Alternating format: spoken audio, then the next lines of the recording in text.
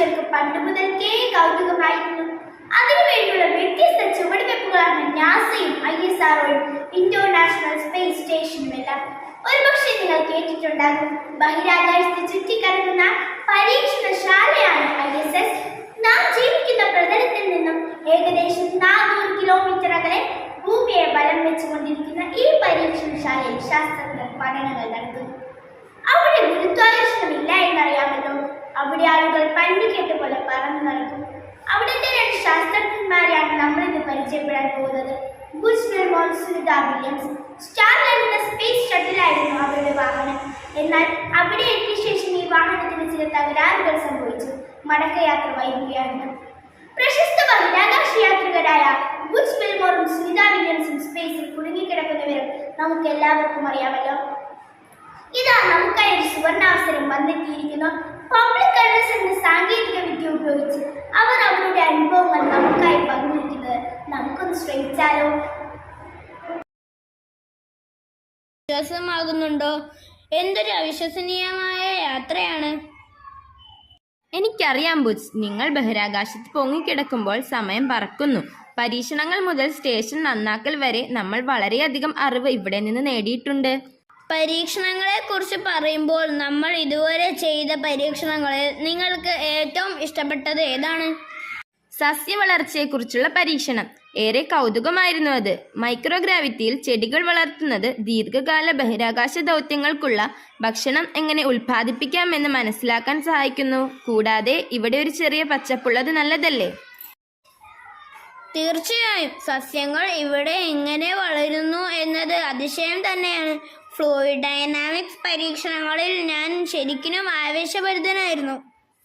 ശരിയാണ്. കൂടാതെ മെഡിക്കൽ ഗവേഷണം മറക്കരുത്. നീണ്ടു നിൽക്കുന്ന ഭാരമില്ലായ്മയോട് നമ്മുടെ ശരീരം എങ്ങനെ പ്രതികരിക്കുന്നു എന്ന് പഠിക്കുന്നത് ചൊവ്വയിലേക്കുള്ളൊരു യാത്ര പോലെ ദീർഘദൂര ദൗത്യങ്ങളിൽ ബഹിരാകാശ യാത്രികരെ ആരോഗ്യത്തോടെ നിലനിർത്തുന്നതിനുള്ള നിർണായക ഡാറ്റ നൽകുന്നു.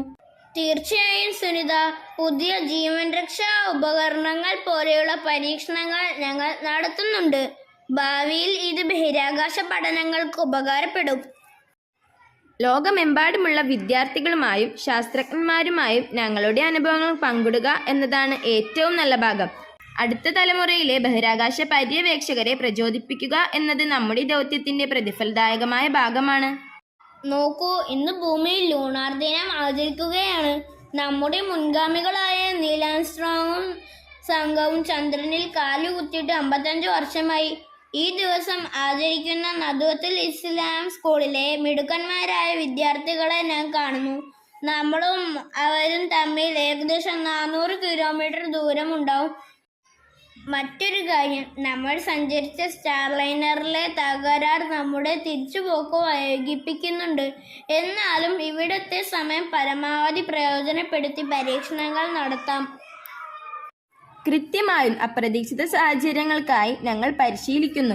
വെല്ലുവിളികളെ അതിജീവിക്കുന്നതിൽ ഞങ്ങൾ ഇവിടെ കാണിച്ച ടീം വർക്കും സർഗാത്മകതയും ബഹിരാകാശത്തും ഭൂമിയിലും വിലപ്പെട്ട കഴിവുകളാണ്. അപ്പോൾ സുനിത, ഒടുവിൽ നമ്മൾ ഭൂമിയിൽ തിരിച്ചെത്തുമ്പോൾ നിങ്ങൾ ആദ്യം ചെയ്യുന്നത് എന്താണ്?